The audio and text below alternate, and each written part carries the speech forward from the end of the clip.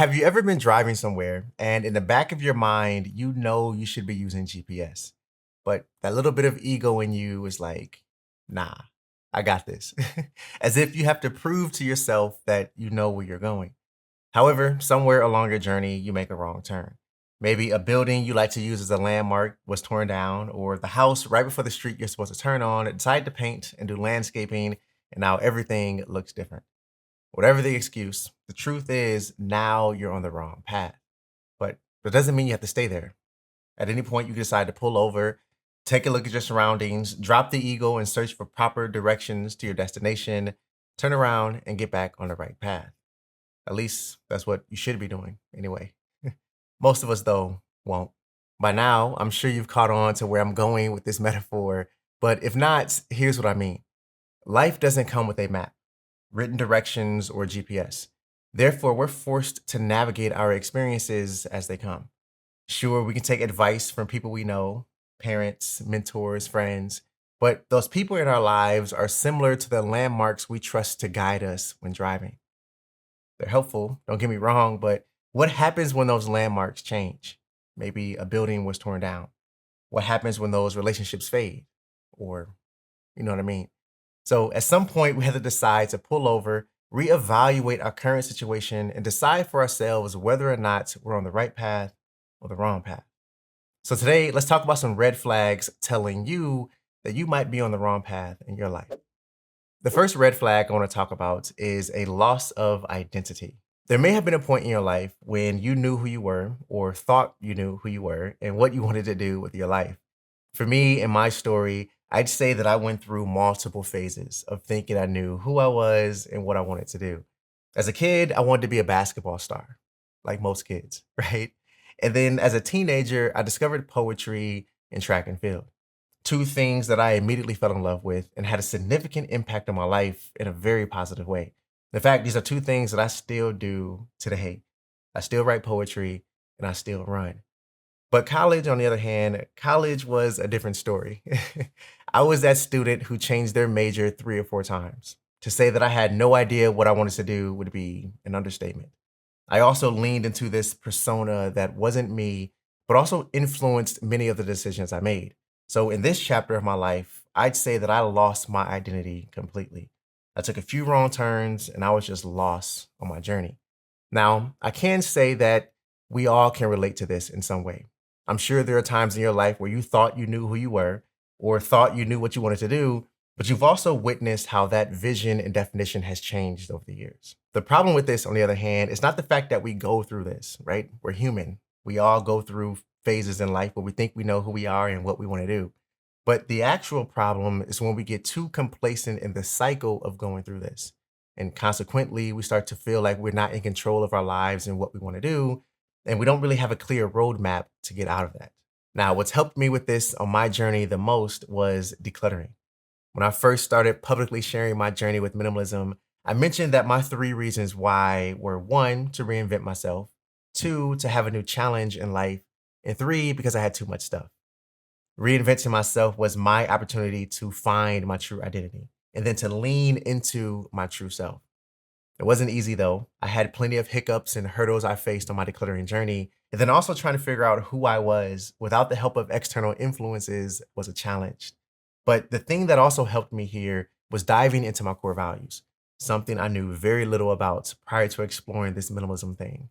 But now my core values are the very thing I revert back to anytime I feel lost or like I'm on the wrong path in life.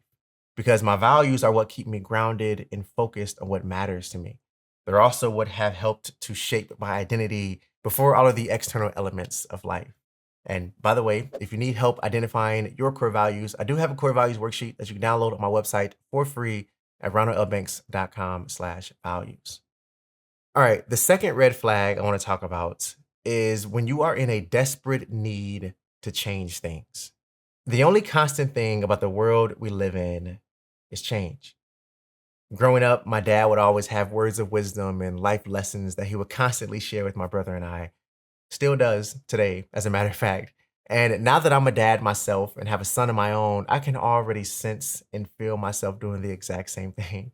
But my dad would always say that change is the process of life. And as I grew older, I really started to understand how much truth this statement held. Because without change, we can't grow and become better versions of ourselves. Without change, we're unable to face new experiences and challenges that will force us to improve.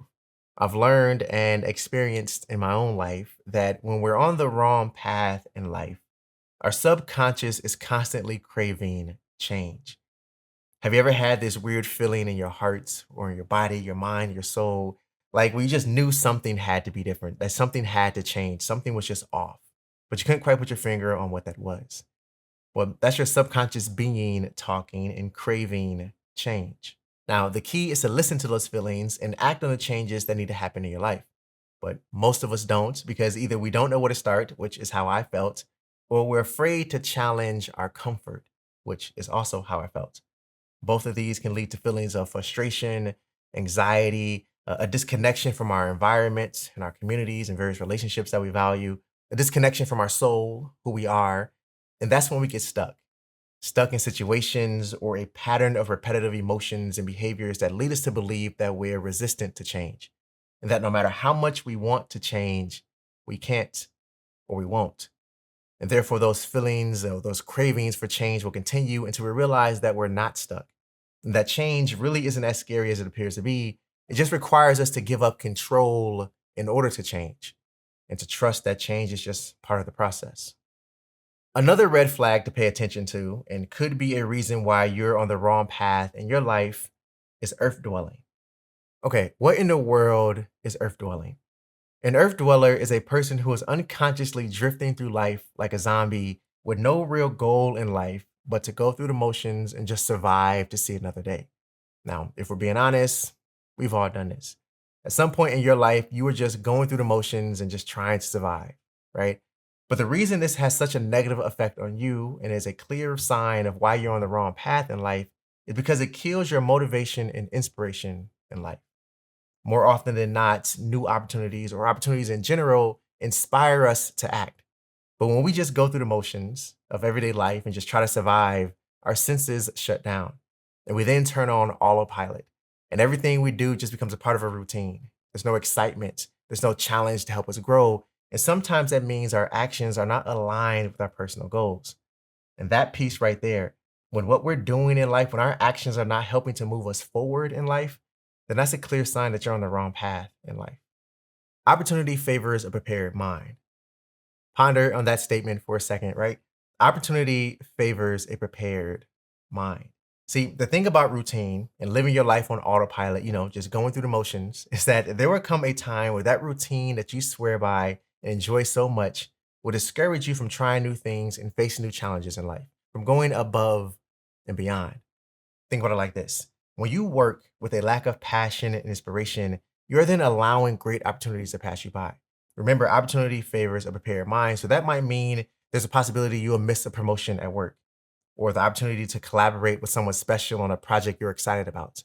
Or it might mean that you would never build a business of your own or grow an existing business, even though you're fully capable of doing so. Opportunity favors a prepared mind. So when you live your life just going through the motions, you are hindering yourself from achieving success by your definition, from hitting your goals, and from ensuring that you are, in fact, on the right path in life and not the wrong path. Another red flag that's important to talk about is when you seek others' approval often. Because of the uncertainty of life, it's impossible to know everything or to control everything we face on our journeys. And because of that uncertainty, it's common to feel insecure about whether we are or aren't on the right path in life. And that insecurity leads to a lack of self worth, leaving us questioning our value and our instinct, meaning we trust ourselves less. And because of that, we then give that control away and start listening to other people's opinion instead of our own. We start to seek approval regarding the path we're on, hoping that will validate that we're on the right path. But it doesn't. Because guess what? There's always another opinion from another person's perspective that we're likely also listening to. So what's the next step? How do we better navigate this and or avoid this red flag altogether, which is the ideal option? And right off the bat, we have to start respecting our own opinion. Because if we don't believe in ourselves, how can we expect others to? Additionally, we have to start paying attention to and digging into why we lack confidence and in turn place so much value on other people's opinion. Because if I've learned anything in the last almost 30 years of my life, is that sometimes we might not end up where we think we should be, doing what we thought we might be doing, but we always end up where we're supposed to be. And no matter where we are, whether that's the right path in life, the wrong path, or somewhere in between, we have to remember that we are enough. You are enough. Now, to find out more about your own approval seeking habits and how to better navigate that side of life and your emotions, watch this video here next to find out the 7 best ways to mindfully care less of what people think. Keep growing, keep learning, always stay true to you, and I'll see you in this conversation. Peace.